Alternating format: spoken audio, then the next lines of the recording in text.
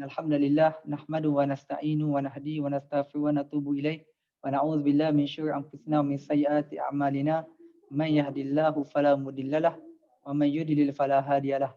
Asyhadu an la ilaha illa anta astaghfiruka wa atubu ilaik. Qala Allah Ta'ala fi kitabil aziz ba'da a'udzu billahi minasyaitonir rajim. وما كان المؤمنون لينفروا كافة فلولا نفر من كل فرقة منهم طائفة ليتفقهوا في الدين ولينذروا قومهم إذا رجعوا إليهم لعلهم يرجعون. Sadaqallahul azim. Alhamdulillah, hari ini kita masih lagi dapat meneruskan kelas mingguan fiqh. Kita membincangkan fiqh Syafi'i secara khususnya berdasarkan kitab fiqh manhaji alal mazhab Imam Syafi'i. Kelas yang ke-13 kita masuk tajuk syarat sah solat. Syarat sah solat, kalau kita tengok balik yang lepas, kita dah masuk pengenalan apa itu solat. Dan juga sebelum solat, kesannya di sana ada azan dan juga iqamah. Kita dah bincangkan berkaitan dengan azan iqamah. InsyaAllah hari ini kita akan bincangkan berkaitan dengan syarat sah solat.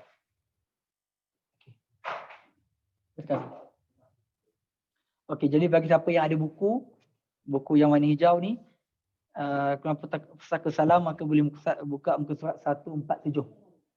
Surat 147. Okey. Okey, buka surat kedua.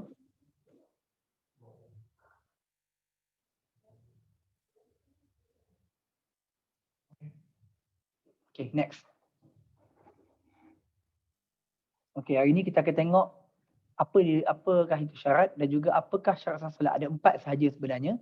Iaitu pertama bersuci, kedua mengetahui masuknya waktu solat, ketiga tertutup aurat kita, dan keempat menghadap kiblat. Okay, next. Okay, next. Okay. Ini kita dah bincangkan sedikit pada kelas yang lepas. Apakah yang dimasukkan dengan syarat itu sendiri? Iaitu kewujudan suatu perkara adalah bergantung kepada kewujudannya. Ini macam berbelit sikitlah ayatnya, tapi maksudnya wujudnya syarat itu, wujudnya solat itu bergantung kepada adanya syarat itu. Jadi kalau syarat itu tak ada, maka seorang itu tidak, solat ini tidak terima ataupun tidak sah. Okey. Syarat juga adalah perkara wajib bagi suatu ibadah, tapi dia bukan merupakan sebahagian daripada ibadah tersebut. Ini membezakan syarat dan juga rukun. Disebut rukun solat. Rukun solat itu perkara wajib, tetapi dia berada dalam solat. Contohnya, baca surah Al-Fatihah. Ia merupakan rukun solat. Sebab apa? Dia berada dalam solat. Berada antara takbir hingga salam. Beza dengan syarat ini, 4 perkara ini, dia bukan sebahagian persolat, tetapi wajib ada bagi siapa yang ingin menunaikan solat. Itu perbezaan syarat dengan rukun. Okay, next. Okey, ada 4 syarat sah solat. Pertama, suci daripada hadas dan juga najis. Hadas ini hadas kecil dan juga hadas besar. Hadas kecil dan juga hadas besar. Najis ini ada 3, iaitu najis pada badan, najis pada pakaian dan juga najis pada tempat nak solat. Jadi kena suci daripada semua perkara ini. Yang kedua, tahu masuknya waktu solat. Yang ketiga, menutup aurat. Yang keempat, menghadap kiblat. Okey, next.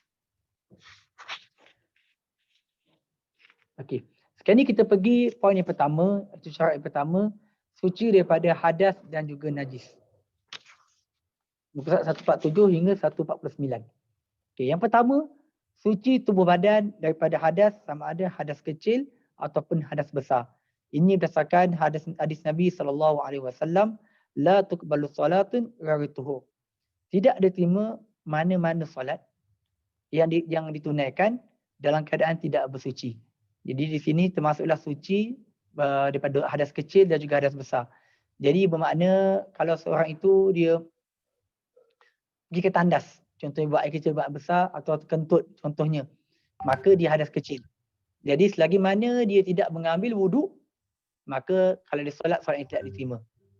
Begitu juga seorang yang dalam keadaan berhadas besar. Contohnya orang janabah, bermimpi, bagi lelaki contoh atau perempuan bermimpi, ataupun perempuan yang datang haid, maka suci haid, selagi mana tidak mandi wajib, maka kalau dia solat, solat yang tidak diterima. Itu yang pertama. Yang kedua, suci tubuh badan daripada najis. Ini perkara kedua, badan kita daripada pada hadas. Hadas ni perkara yang kadang kita nampak macam bersih. Hadas nampak macam bersih, tapi sebenarnya kita masih lagi tak bersih, kita perlu sucikan dengan wuduk dan juga air mandi wajib. Tapi yang kedua ini adalah tubuh badan kita pada najis. Contohnya seorang yang pergi ke tandas, buang air kecil ataupun buang air besar. Ketika buang air kecil sampai besar, sebahagian pada najis itu terkena pada tubuh anggota badan.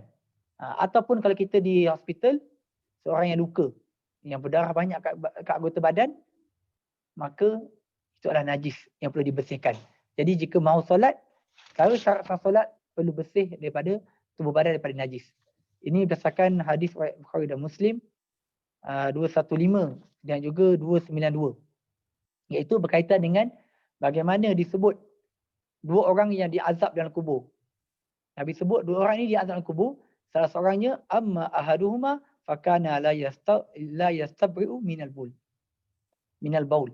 Adapun salah seorang daripada mereka dia tidak bersih, iaitu dia tidak berjaga-jaga daripada kencingnya.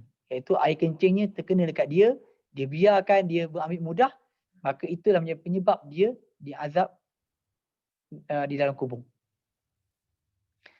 Ini antara dalil yang kita boleh ambil. Ataupun ada dalil yang kedua berdasarkan hadis riwayat Al-Bukhari 306, fa iza aqbalatil haidah fatruki shalah fa iza zahaba qadruha farsili anki damma wa salli. Apabila haid datang, maka tinggalkanlah solat. Ini apabila Nabi sebut kepada Fatimah binti Abu Hubaysh radhiyallahu anha tentang keadaan dia. Nabi sebut, bila datang haid, tinggalkan solat. Jika telah tamat tempoh haid, mana dah suci, maka mandilah. Disebabkan darah tersebut dan dirikanlah solat.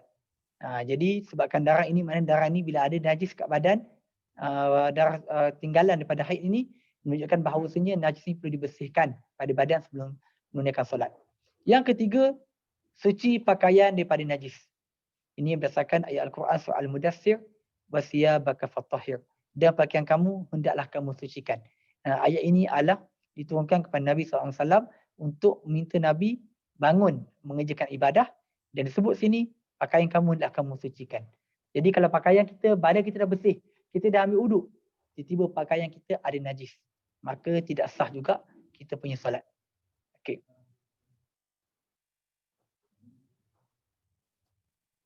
Okey, yang kedua adalah berdasarkan hadis riwayat Abu Daud nombor 365, disebut Nabi sebut, apabila kamu telah suci, maka basuhlah pakaian tersebut dan sembahyanglah dengan memakainya. Kemudian bertanya lagi, bagaimana jika darah tersebut tidak tanggal? Nabi sebut, madailah kamu membasuh darah tersebut, manakala kesannya tidak tanggal itu, ia tidak akan mudaratkan kamu. Dan ini, kalau kita tengok pada hadis ini, ada dua perkara yang terdapat. Yang pertama, seseorang yang pakaiannya najis, maka dia perlu bersihkan pakaian najis. Yang kedua, perkara ini sangat sinonim lah dengan kita ke hospital ini, iaitu bagaimana pakaian yang ada kesan darah contohnya. Dah basuh, masih lagi ada colour contohnya. Pudar masih lagi ada, maka Nabi sebut cukup membadailah setakat kamu basuh, sebab kita dah cuba untuk hilangkan tapi tak dapat hilangkan, maka dimaafkan. Ini yang kita dapat fahamlah daripada hadis ini. Okey, itu yang perkara ketiga.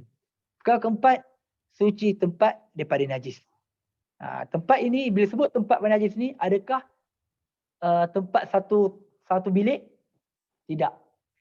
Minimum dia tempat kawasan kaki hingga tempat sujud. Okay, bayangkan seorang yang berdiri untuk solat, dia tegak, kaki dia berjak tanah, dua kaki, dan tempat dia sujud.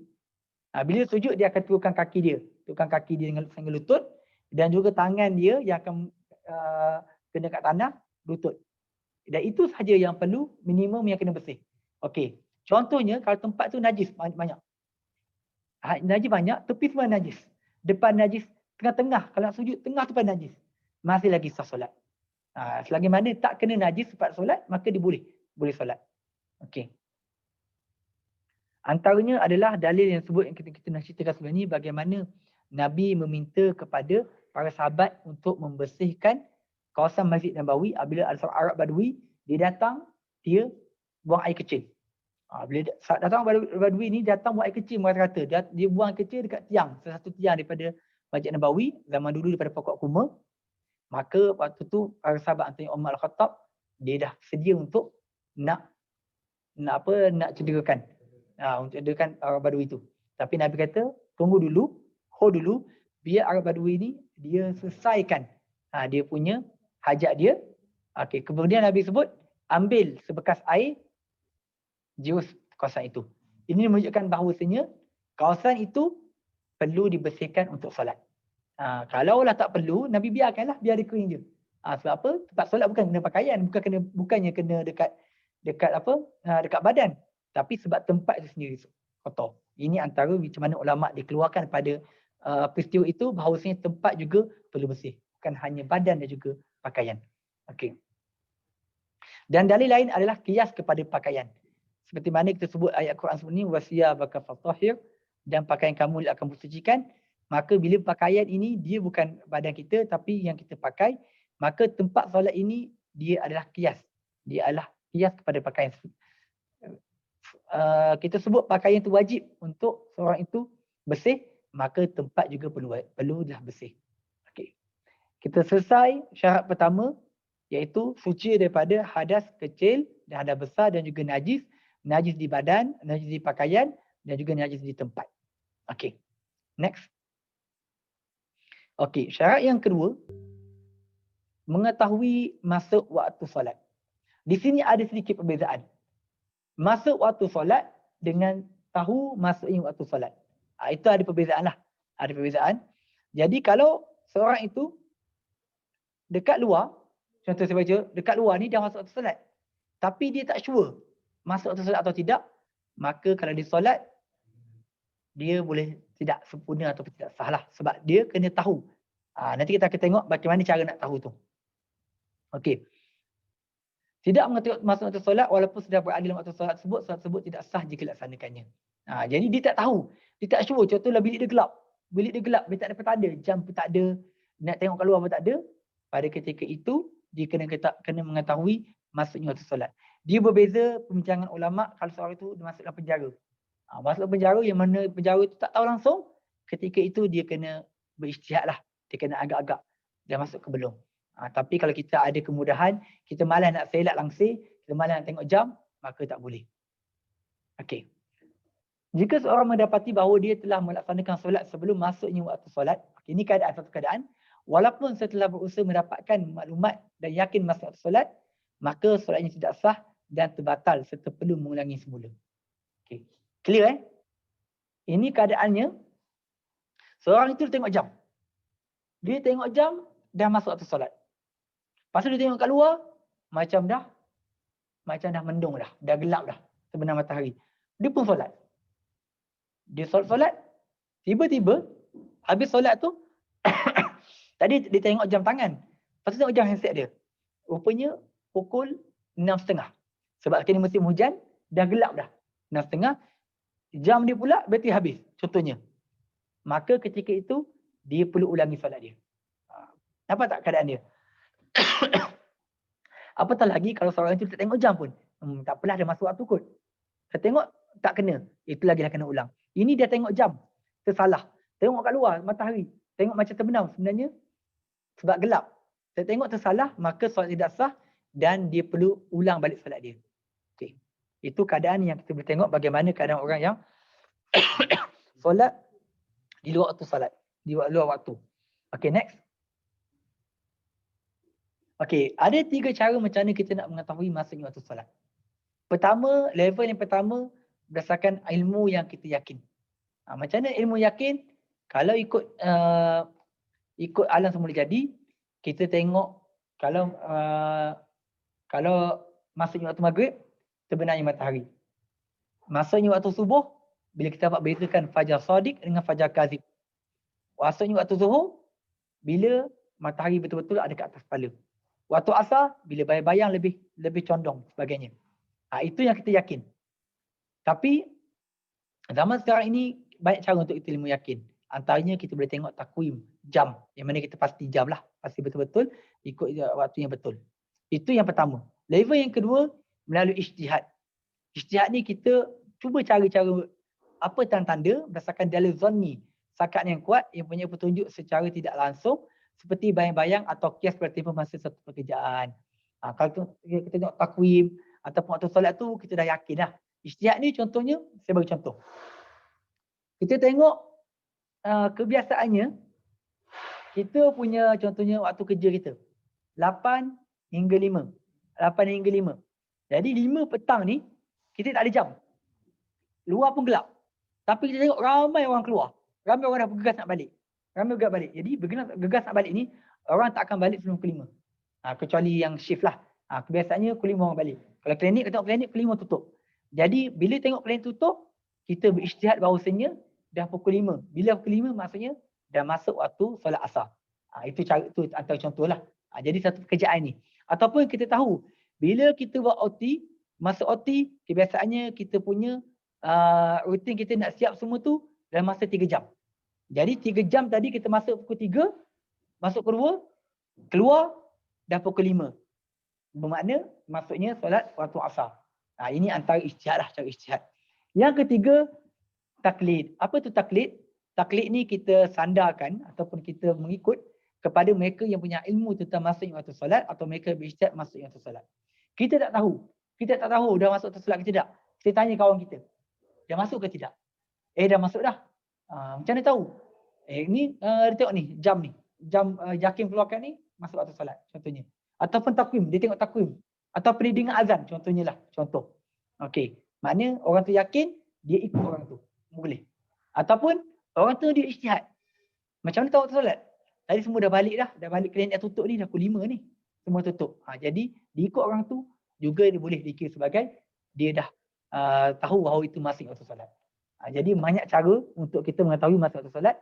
Kalau kita tidak betul-betul cari, itu maknanya kita tidak ada excuse. Maknanya sebab apa kita kena tahu masa waktu solat. Lagi zaman sekarang ni kita ada handset, ada jam yang mudah. Kita nak tengok kat luar pun mudah. Jadi tidak ada isu lah sepatutnya. Next. Okey. Kita pergi kepada perkara yang ketiga. Iaitu syarat untuk seorang itu sah solatnya, dia perlu solat dalam keadaan menutup aurat dia. Apa itu aurat? Itu semua perkara yang wajib ditutup dan haram melihatnya. Tengok, aurat ni ada dua dimensi. Satu, kita orang yang berpakaian ni wajib tutup dan orang lain tak boleh tengok. Ada dua.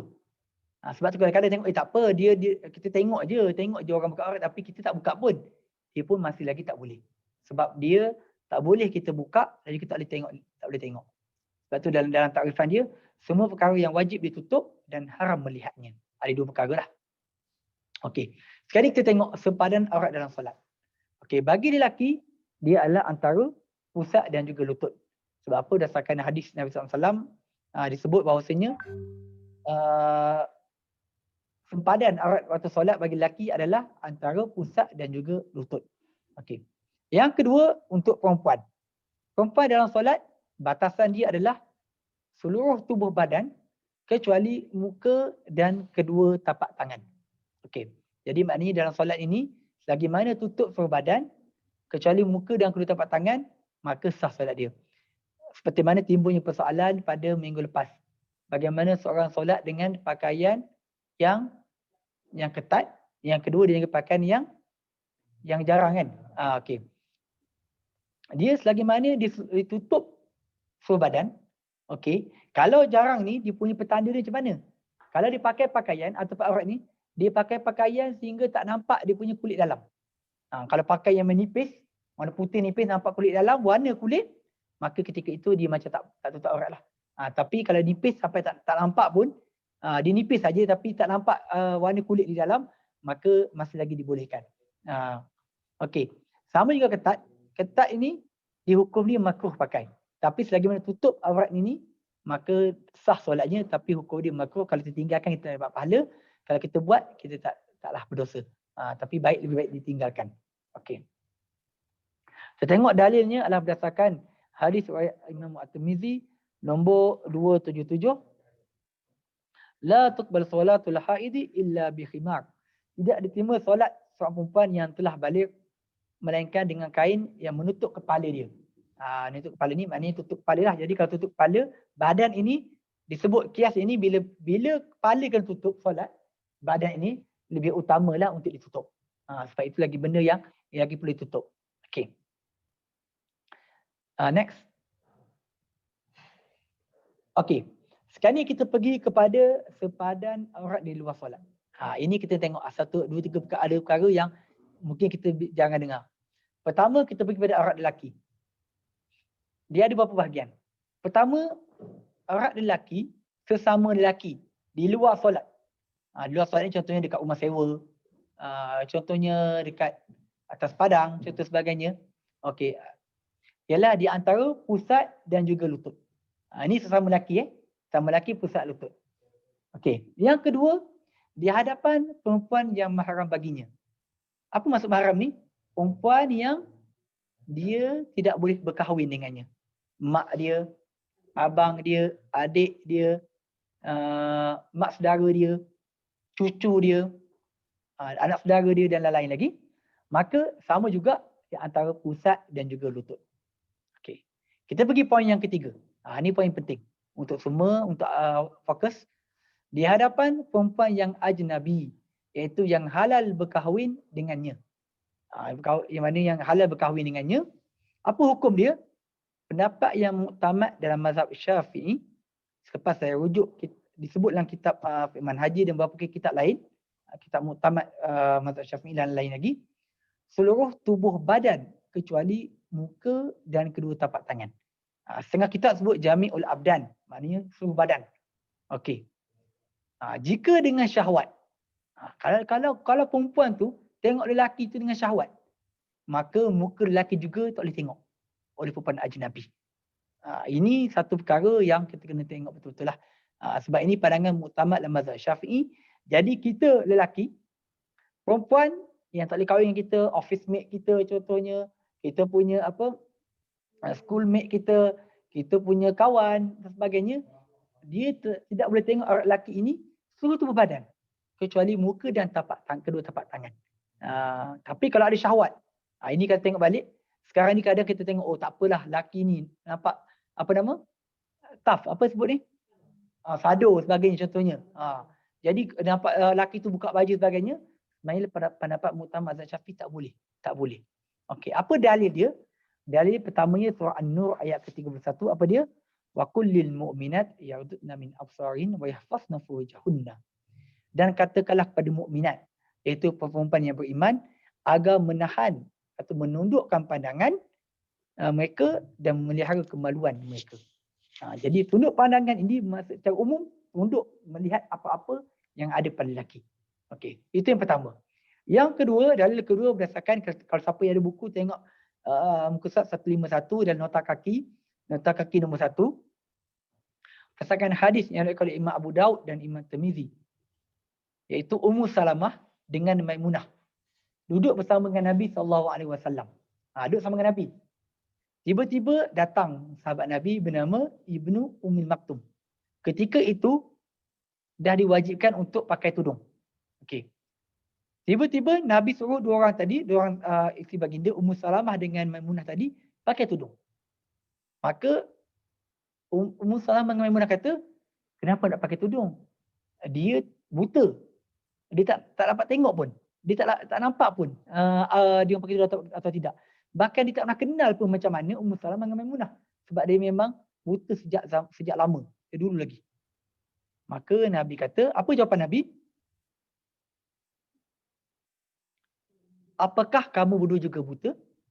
Tidakkah kamu berdua melihatnya? Nabi timbulkan persoalan. Kamu buta tidak? Kamu tak dapat tengok dia ke? Ini menunjukkan bahawasanya isu aurat ini dia adalah dua hala. Antara lelaki dan perempuan contohnya, antara lelaki dengan lelaki, even lelaki dengan lelaki. Sebab itulah dia bukan hanya orang kena tutup, mata pun, pandangan pun kena jaga. Jadi ulama keluarkan berdasarkan hadis ini menunjukkan bahawasanya lelaki ini, sebab perempuan tak tengok lelaki tak tengok perempuan semua, jadi perempuan pun sama tak tengok lelaki semua bahagian. Sebab ulama dikiaskan bila mana lelaki tak boleh tengok perempuan kecuali kedua tapak tangan dan seluruh badan dia, maka perempuan juga tak boleh tengok lelaki kecuali setubuh badan dan juga kedua tapak tangan. Bagaimana ulama dikiaskan dekat luar tu tak boleh tengok. Kita tak boleh tengok perempuan kecuali setubuh badan dan juga kedua tapak tangan. Begitu juga perempuan juga tak tengok lelaki macam itu juga. Okey, ini adalah pandangan muktamad dalam mazhab Imam Syafi'i. Okey, next. Okey, so di sini ada dua pandangan berkenaan dengan aurat lelaki. Pandangan pertama, seluruh anggota adalah aurat oleh dilihat kecuali muka dan tapak tangan. Ini pendapat yang muktamad dalam mazhab Syafi'i. Tapi di sana ada pendapat yang kedua, pendapat ini yang tersebar luas, yang masyhur dan banyak dipakai sekarang ini, iaitu aurat bagi lelaki untuk perempuan yang ajnabi adalah pusat sehingga lutut. Itu adalah pandangan jumhur ulama dan dia adalah pandangan kedua dalam mazhab Syafi'i dan pendapat lebih tepat pada pandangan Syekh Muhammad Ali As-Sabuni. Okey. Tengok ada dua pandangan, tapi bila kita tengok dua pandangan sini, mana ada kelonggaranlah untuk kita beramal. Tetapi di sana juga kita kena hati-hati, kita kena tidak sewenang-wenangnya bagi lelaki ini untuk menayangkan tubuh badan dia. Tayang kat Facebook contohnya, buka baju bila kadang tak perlukan. Sebab apa? Sebab di sana ada ulama yang kata tidak boleh. Jadi kalau kita nak keluar pada khilaf, kita kena hati-hati. Kalau tak perlu, jangan tayangkan. Badan terutama itu badan lah. Maksudnya kalau tangan ni mungkin dia tak efek sangat. Tapi kalau tangan kita ni contohnya sebagai lelaki, dia sado, tunjuk dia punya lengan dia, menyebabkan perempuan terliur tengok ataupun perempuan semangat tengok, maka ketika itu pun hukumnya tidak boleh. Tidak boleh. Jadi kembali pada hukum buka statement ni. Kembali kepada jika dengan syahwat, maka kalau muka pun tak boleh, apatah lagi tangan ke bahagian lain. Kalau menyebabkan perempuan itu berterbayang-bayang, maka ketika itu dia pun kena tutup. Ini bagi lelaki. Okay, next. Okay, di sini kita nampaklah ada dua pandangan. Jadi jumhur ulama kata, jumhur ulama pandangan dia bagaimana aurat lelaki di dalam solat. Sebab itu ada dalil jelas hadis Nabi. Begitulah juga aurat lelaki di luar. Okey. Bagaimana aurat perempuan di dalam solat, iaitu kecuali muka dan tapak tangan, begitulah juga aurat perempuan di luar. Tapi pandangan yang pertama ni, dia kiaskan antara lelaki dan juga perempuan. Sebagaimana perempuan ini dia tak boleh tengok lelaki tak tengok perempuan dekat luar kecuali muka dengan tapak tangan, begitulah juga lelaki. Tapi pandangan ni pandangan yang muktamad, tapi dia dibincangkan lagi lah, cukup praktikal lagi. Pandangan yang kedua lebih praktikal buat masalah zaman sekarang ini. Okay, next. Okay, sekarang ni kita pergi pula sempadan aurat luar solat untuk perempuan. Okay, pertama perempuan dia ada perincian lagi. Pertama, di hadapan wanita muslimah, iaitu di antara pusat dan juga lutut. Okey, maknanya sesama muslimah, sama ada mahram ataupun tidak, kawan-kawan sebagainya, di antara pusat dan juga lutut. Okey. Tetapi di sana ulama bincang, kalaulah benda ini dia bila sebut pusat dengan lutut, bermakna di bahagian dada semua boleh buka. Tapi kalau boleh menyebabkan fitnah, ketika itu kena tutup juga. Okey. Yang kedua, di hadapan wanita bukan muslimah, iaitu non-muslim, apa dia punya sempadan aurat dia? Iaitu semua aurat selain daripada anggota yang terpaksa dibuka ketika melakukan pekerjaan. Jadi tengok kerja kita. Kalau kerja kita sebagai nurse contohnya, ataupun kita terpaksa sisim tangan sebagainya, maka dibolehkan. Tetapi bahagian yang tak terlibat dalam pekerjaan kita, maka tak boleh dibuka di hadapan wanita bukan muslimah, itu bukan Islam. Sebab apa? Antara hikmah dia, satu, kita tengok zaman sekarang kita lagi nampak lah. Wanita yang non-muslim ini, mereka ini tidak ada, mereka tidak mengetahui tentang perkara ini adalah perkara batasan yang perlu dijaga. Jadi ada kemungkinan mereka akan sharekan perkara ini, mereka akan kongsikan, benda ini benda remeh saja. Tak apalah, dia share ataupun tunjuk ke orang lain sebagainya. Jadi benda ini akan mendedahkan bahagian-bahagian perempuan muslimah kepada orang lain. Okey, itu antara hikmah yang besar lah. Yang besar. Kadang-kadang dia tak tahu. Dia tak tahu bahawasanya bergambar dengan kawan-kawan, contoh tak pakai tudung. Tak pakai tudung. Bergambar kawan dengan muslimah, kawan non-muslim. Jadi kawan muslim dia post kat Facebook contohnya. Ataupun dia share kawan dia, ataupun dia kata, oh ni hari ni happy jumpa kawan lama. Sebab apa? Di sisi dia tak penting pun, tak perlu pun nak jaga orang, tak perlu pun. Jadi dia tak ada rasa untuk ambil berat perkara itu. Tapi kalau kita muslimah, kita ambil berat. Jadi Islam nak menutup pintu-pintu yang kemungkinan berlakunya pendedahan orang muslimah, maka wanita yang bukan muslimah disebut semua tidak boleh dibuka kecuali bahagian yang terlibat dalam pekerjaan. Mungkin pekerjaan itu sampai ke lengan contohnya, di sebahagian nurses contohnya. Maka boleh. Walaupun muslimah. Walaupun bukan Islam. Itu antara hikmahnya lah.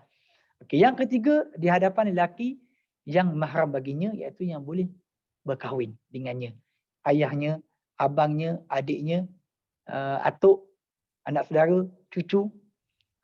Ialah antara pusat dan lutut. Okey, tapi ada poin dia, jika tidak menimbulkan fitnah. Okey, ini paling penting. Kalau tidak menimbulkan fitnah, maka kalau tidak menimbulkan, maka dibolehkan pusat dan lutut, tapi kalau menimbulkan fitnah, maka wajib ditutup. Ini adalah perkara yang kita tengok balik kalau kat rumah. Bayangkan kalau kat rumah dengan abang, dengan adik, hanya jaga pusat dengan lutut sahaja perempuan, maka dia menimbulkan fitnah.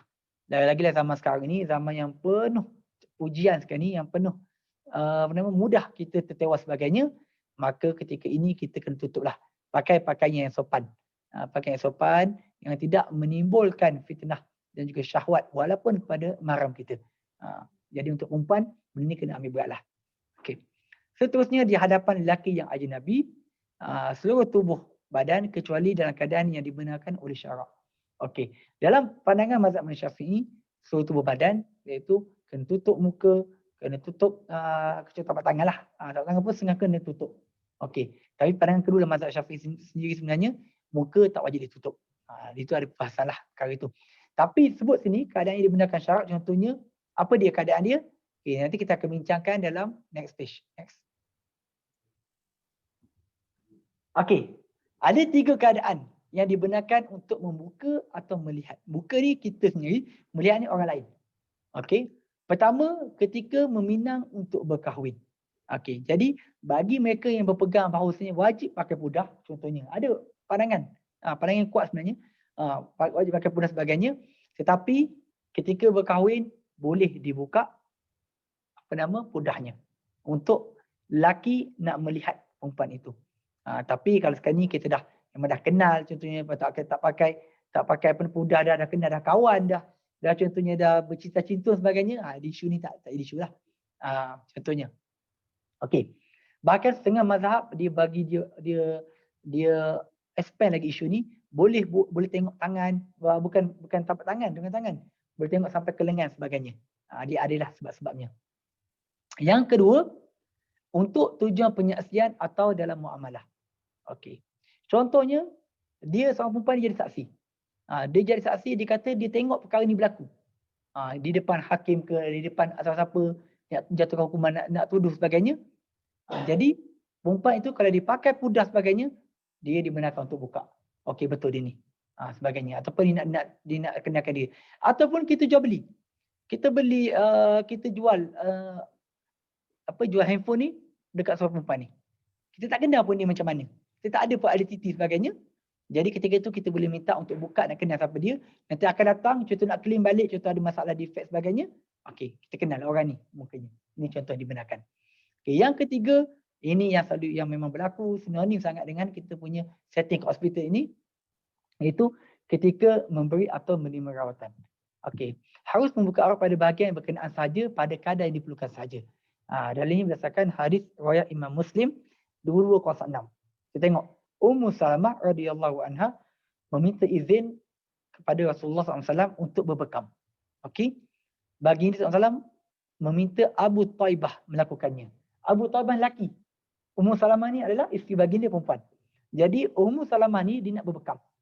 Jadi waktu zaman Nabi, orang yang ahli yang pandai berbekam adalah lelaki bernama Abu Taibah.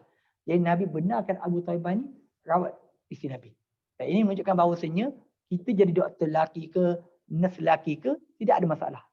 Sebab zaman sahabat, zaman Nabi pun mereka merawat perempuan. Cumanya yang kita kena jaga adalah bahagian mana yang nak buka tu setakat mana. Kita buka bahagian perlu saja, tambah kena minta izin, dan juga pada kadar yang diperlukan sahaja. Kadar termasuklah kadar sentuhan, kadar melihat dan sebagainya yang diperlukan sahaja. Bila kita lebih pada diperlukan, ketika itulah hukum berbeza, dia akan jadi tidak haruslah, mana haram tak boleh. Tapi kalau diperlukan, ketika itu dibolehkan. Okey. Disebut di sini, syarat khusus kalau siapa yang ada buku Musad 153, iaitu kalau dibenarkan untuk berlainan jantina untuk rawat ataupun untuk tengok aurat sakit sebagainya, dalam keadaan tidak ada mereka yang sama jantina untuk berawatan dan ditemani oleh mahram atau mereka yang dipercayai. Disebut situ. Mana saya ubah sikit ayat lah, tapi mafhum dia, keadaan dia asalnya tidak boleh kita simply tu pergi, okey tak apalah. Ada hadis, jadi kita tu bagi rawatan. Tak. Pertama sekali, kalau ada yang sama jantina, sama kebakaran contohnya, shift yang sama sebagainya, tidak sibuk sebagainya, kena utamakan yang sama jantina. Tapi kalau tidak ada, ataupun disibukkan dengan urusan lain sebagainya, ketika itu boleh dibenarkan. Sebab zaman Nabi benarkan Ummu Salamah kerana tidak ada perempuan yang mahir dalam berbekam. Itu dia punya point dia yang kita kena tengok, yang membezakan boleh tak boleh, boleh, ada syarat dia. Dan nak mengelakkan fitnah, bila berlaku perkara ini, pendedahan orang sebagainya, dia kena ditemani oleh mahram atau mereka yang dipercayai. Jadi kalau kita dekat hospital ni, kena adalah chaperon, kena adalah nurses sebagainya, doktor sebagainya, PPK ataupun MO sebagainya yang menemani pesakit bila berlaku mana-mana kita nak buka part-part yang sepatutnya ditutup. Okay, next. Okay, yang keempat iaitu menghadap kiblat. Menghadap kiblat. Apa itu menghadap kiblat? Menghadap kiblat itu menghadap ke arah binaan Kaabah di Masjidil Haram, iaitu Mekah Al-Mukarramah. Itu masuk menghadap kiblat. Kiblat ni bukan hanya tanda lah. Dia sebenarnya menghadap ke arah Kaabah. Okey, ini berdasarkan dalil surah Al-Baqarah ayat 150, dan juga hadis Al-Bukhari dan Muslim 5897 dan 397. Nabi sebut, apabila kamu nak menunaikan solat, maka sempurnakanlah wuduk, kemudian hadapkanlah kamu ke arah kiblat dan bertakbir. Ini dah bentuk seruan maksudnya wajib. Okey. Bila ni secara ringkas, bilakah mula disyariatkan untuk menunaikan solat menghadap ke arah Kaabah? Dulu pada peringkat awal, Nabi SAW menunaikan solat menghadap ke arah Baitul Maqdis. Baitul Maqdis. Bila Nabi menerima arahan untuk menunaikan solat, bila? Pada malam? Mana tahu dah bukan? Isra Mi'raj kan? Nabi naik ke atas. Ketika itu diwajibkan solat 5 waktu sehari semalam. Pada peringkat awal, dan kalau kita tahu bila berlaku Isra Mi'raj ni, dia adalah tahun terakhir pada tahun kesedihan sebelum Nabi berhijrah ke Madinah. Jadi lepas Nabi solat menghadap Baitul Maqdis, berkurang 16 hingga 17 bulan selepas disyaratkan solat fardhu 5 waktu, kemudian diperintahkan antaranya ayat surah Al-Baqarah ayat 150, diminta maka palingkanlah wajahmu ke arah Masjidil Haram. Sebab Nabi berharaplah Allah turunkan wahyu bahawasanya berpaling daripada Baitul Maqdis pada Kaabah. Maka Allah perkenankan apa yang Nabi inginkan, iaitu menghadap ke arah Kaabah. Dan ini dah menjadi satu syarat, iaitu kita solat kena menghadap kiblat. Ini keadaan biasalah, keadaan biasa kena menghadap kiblat. Kecuali keadaan tertentu seperti ini dalam peperangan, ketika sakit dan sebagainya, maka ketika itu dibolehkan tidak menghadap kiblat jika kita tak mampu untuk menghadap kiblat. Okey. Dan juga contoh lain, ni saya tambah sikit, tidak diceritakan dalam buku ni, kita solat sunat. Okey. Solat sunat, kita boleh solat dalam kereta. Mungkin orang tak biasa dengar. Kita boleh solat atas motor. Macam mana tu? Solat atas motor, Nabi solat malam di atas kenderaan. Nama Nabi iaitu unta. Yang mana unta ni takkanlah dia berjalan menghadap kiblat setiap masa, tak. Jadi di sini ulama beza pandangan. Adakah nak mula-mula solat tu kena menghadap kiblat ataupun tidak? Tapi pandangan yang kebanyakannya, nak mula solat tu menghadap kiblat, selepas kereta dah berjalan, maka solatlah. Kereta bergerak ke mana-mana pun tidak ada masalah. Sama dah solat dah atas flat sebagainya. Contohnya kita cuba menghadap kiblat, lepas tu flat pusing kat lain, tidak ada masalah. Tapi pandangan kedua menyebut solat sunat ini boleh dilaksanakan walaupun pada peringkat awal pun tak menghadap kiblat. Sebab apa? Berdasarkan perbuatan Nabi SAW dan para sahabat yang melaksanakan solat sunat di atas kenderaan tidak menghadap kiblat. Ini antara kelebihan lah. Jadi pada siapa yang nak balik kampung contohnya kan. Solat je boleh solat atas ambil wuduk kena ambil lah. Kena suci daripada najis. Kemudian solat. Angkat takbir, Allah Akbar. Solatlah. Berjalan. Tapi janganlah pasal radio tu. Tutup radio sebagainya. Solat sambil duduk. Solat janganlah solat kita menghadap ke bawah tak sujud. Menghadap ke depan lah. Accident tidak. Menghadap ke depan, solat. Solat maksudnya tangan tak sunyi kita kena letak kita punya atas antara dada dengan pusat. Kita boleh pegang secara tak masalah. Kita baca Fatihah, baca surah sebagainya, rukuk sikit, sujud sikit, maka benda tu boleh. Okey. Okey. Selesai. Okey, rasanya ini yang terakhir. Okey, next page. Okey. Slide terakhir, bagaimana cara kita nak mengetahui arah kiblat? Okay, dia ada dua keadaan. Kalau kita berada berdekatan dengan Kaabah dan dapat melihat Kaabah. Contoh kita semayang dekat, siapa yang pernah pergi haji atau umrah yang semayang dekat kawasan Masjidil Haram ni, dia dapat tengok Kaabah. Maka macam mana hukum dia, cara dia wajib menghadap ke arah ain zat Kaabah dengan yakin. Dia tak boleh agak-agak. Sebab dah ada depan mata dah. Orang nak agak-agak ni mungkin menghadap kot tak. Kena betul-betul menghadap. Tapi keadaan kedua, macam keadaan kita kat Malaysia sekarang ni, berada jauh daripada Kaabah dan tidak dapat melihat Kaabah. Okay, bagaimana? Wajib menghadap ke arah ain zat Kaabah berdasarkan dalil tanda yang zanni jika tidak boleh menghadap berdasarkan keyakinan sepenuhnya. Kita tak tahu, kita tak confirm, sure tak. Kiblat kita ni memang straight sampai ke Kaabah. Tapi kita boleh berdasarkan dalil atau tanda yang zanni. Antara macam mana? Kita ada cara pengiraan kan. Kita ada kompas. Kita boleh cara kiblat sebagainya. Kita boleh tengok kalau ada yang apa dia? Guna falak sebagainya boleh. Kita tengok matahari, bagaimana matahari itu dah ada darjah tertentu menunjukkan itu kiblat. Waktu tertentu, darjah tertentu dia bertentukan kiblat. Dan kita bersandarkan pada itu sebab kita tak nampak macam mana dekat ujung tu straight sampai kita tidak. Maka itu dibolehkanlah untuk menghadap kiblat. Tapi kalau kita berada depan Kaabah, kita tak boleh agak-agaklah tengok depan Kaabah, tengok lagi kompas. Tak boleh. Kita kena yakin dekat depan Kaabah tu kena menghadap kiblat. Itu cara kita nak tahu arah kiblat. Ada dua cara. Setakat saja, wallahu alam. Tak ada soalan kan? Habis kan? Okey. Okey, ada apa-apa soalan? Okey, macam mana tu tekan? Kita ada masa lagi sikit.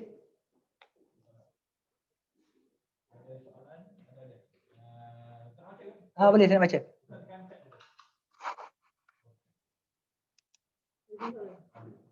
Okey. Saya nak tanya luar topik sikit. Saya pernah dengar orang cakap tidur lepas asar tak baik. Ada tak hadis atau dalil yang menerangkan pasal perkara ini? Ada orang tanya saya. Okey. Bagus soalan ni. Soalan yang kedua, macam mana kalau kita dah siap solat kemudian baru kita tahu bahawa kiblat salah? Perlu ke solat semula? Okey. Bagus soalan ni. Okey. Soalan yang pertama yang berkaitan dengan tidur selepas asar. Okey. Tidur selepas asar ini dia adalah bersandarkan pada hadis yang lemah, sangat lemah atau palsu sebenarnya. Ataupun setengah ulama kata sebenarnya tak ada sandaran pun tidur lepas asar ni. Terutamanya kata tidur lepas asar cukup 40 hari jadi gila kan. Naik berat tu lain pula, itu azan. Jadi gila sebagainya. Sebenarnya dia tidak ada sandaran dalil lah. Sama juga isu tidur selepas subuh. Sebenarnya tidak ada sandaran dalil yang kuat bahawa tidak tidur lepas subuh. Tetapi di sana ada Nabi sebut lepas subuh ni adalah waktu untuk kita keluar bekerja. Untuk keluar bekerja sebab orang tu sebut pintu rezeki ni lepas subuh. Dia banyak. Sebab apa? Nabi sebut keluarlah bekerja pada awal pagi untuk dapatkan rezeki lah. Jadi menunjukkan bahawasanya, tapi bukan sampainya siapa yang solat siapa yang solat ni siapa yang tidur ni dia jadi gila ke jadi berdosa, tidak. Tidak.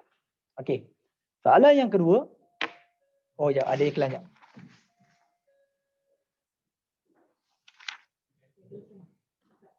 Okey.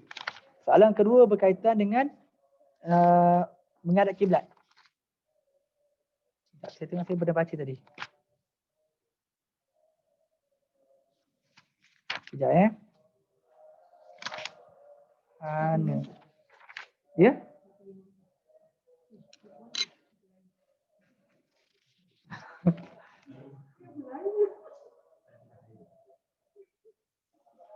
Okey. Okey. Untuk yang ke macam mana kalau kita dah siap solat, kemudian baru kita tahu bahawa kiblat salah. Perlu ke solat semula? Okey. Di sini sebut kalau kiblat ni kita kena usaha ijtihad bagaimana nak cari kiblat yang betul. Okey. Tiba-tiba kita salah.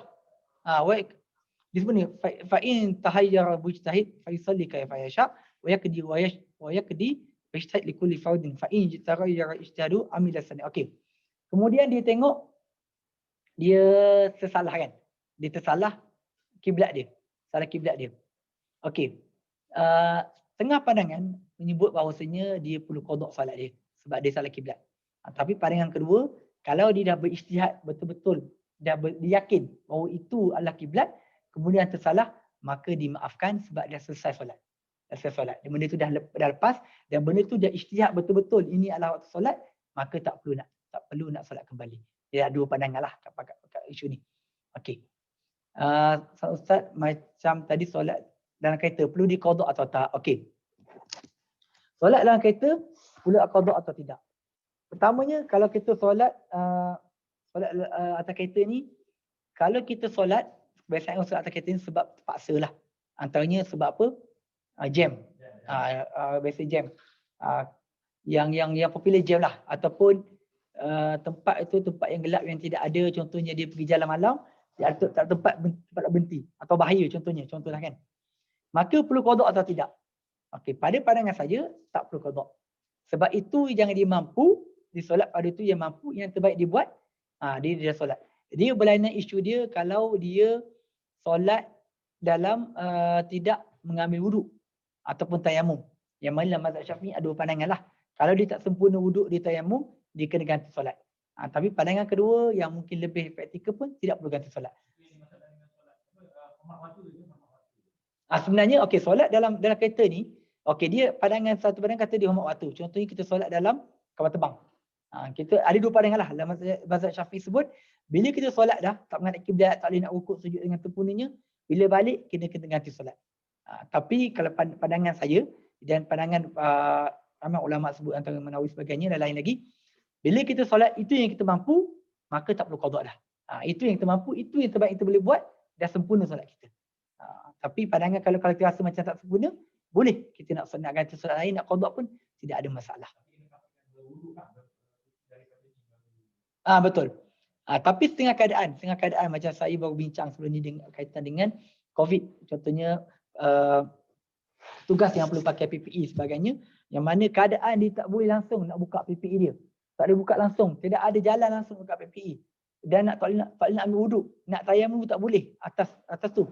Ketika itu dia solat dalam keadaan tanpa wuduk, tanpa tayamum. Disebut faqidut tahurain. Maknanya dia tidak boleh nak ambil wuduk atau tayamum tak boleh. Jadi solat saja pada keadaan macam tu perlu qada atau tidak. Okey, itu ada dua pandangan. Dalam ada dua pandangan, tiga pandangan lah. Dalam pandangan Imam Nawawi tidak perlu qada. Sebab apa? Itu je dia mampu. Itu yang terbaik.